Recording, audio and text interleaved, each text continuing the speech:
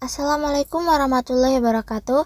Halo semuanya, perkenalkan nama saya Arini Dusandari dengan NPM 5021237. Saya dari kelas 4F dan hari ini saya akan membahas materi tentang dasar pengembangan dan rasiologis pengembangan kurikulum 2013, darurat dan kurikulum merdeka.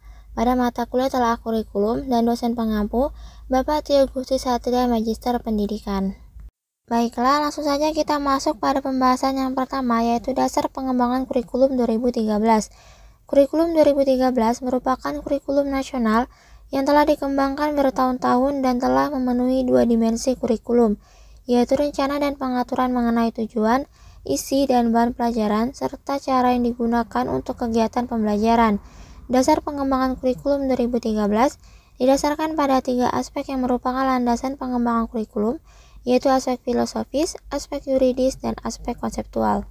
Selanjutnya yaitu dasar pengembangan kurikulum darurat. Kurikulum darurat merupakan kurikulum yang dapat dilaksanakan oleh satuan pendidikan dalam kondisi khusus yang memberikan fleksibilitas bagi satuan pendidikan untuk menentukan kurikulum sesuai dengan kebutuhan pembelajaran peserta didik. Dasar pengembangan kurikulum darurat, beberapa ketentuan yang harus diperhatikan oleh satuan pendidikan dalam menyusun kurikulum darurat yaitu melakukan modifikasi dan inovasi KTSP sesuai kondisi dalam struktur kurikulum, beban belajar, strategi pembelajaran, penilaian hasil belajar, misalnya satu hari dibatasi hanya 2 atau 3 mata pelajaran. Selanjutnya yaitu kita bahas dasar pengembangan kurikulum merdeka atau KURMA. Kurikulum merdeka adalah kurikulum dengan pembelajaran intrakurikuler yang beragam, di mana konten akan lebih optimal agar peserta didik memiliki cukup waktu untuk mendalami konsep dan menguatkan kompetensi.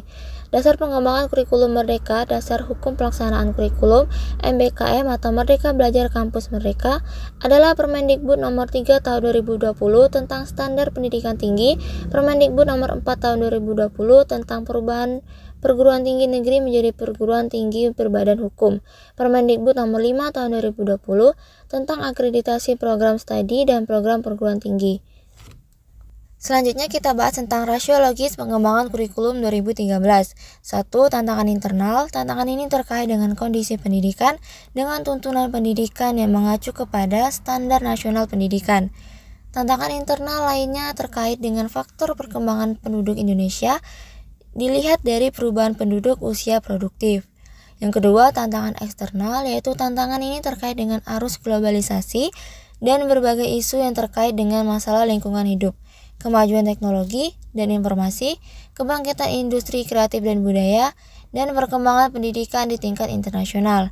Yang ketiga yaitu penyempurnaan pola pikir. Pendidikan yang sesuai dengan kebutuhan masa depan hanya akan terwujud apabila terjadi pergeseran atau perubahan pola pikir dalam proses pembelajaran. Yaitu penguatan tata kelola kurikulum. Guru lebih diberikan kesempatan mengembangkan proses pembelajaran tanpa harus terbebani dengan tugas-tugas penyusunan silabus yang memakan waktu yang banyak dan memerlukan penguasaan teknis penyusunan yang sangat memberatkan guru.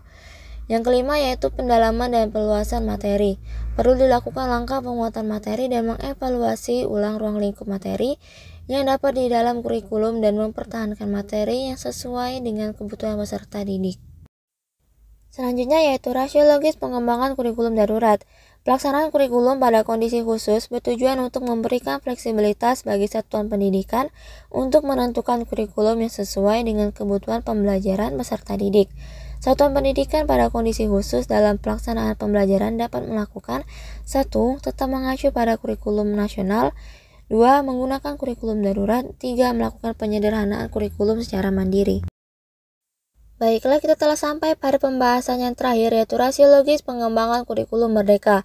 1. Kurikulum merdeka menuntun guru agar cakap akan teknologi. 2. Implementasi kurikulum merdeka menuntut satuan pendidikan di setiap jenjang sekolah dan memberikan fasilitas yang dapat menunjang keberhasilan belajar. Yang ketiga, pemerintah telah menyiapkan platform Merdeka Belajar untuk mendukung kurikulum merdeka. Dan yang terakhir yaitu melalui komunikasi belajar virtual, guru diharapkan bisa saling belajar dan mengembangkan kompetensinya. Baiklah, itu tadi yang bisa saya sampaikan tentang materi pada pertemuan kelima ini. Saya akhiri, wassalamualaikum warahmatullahi wabarakatuh.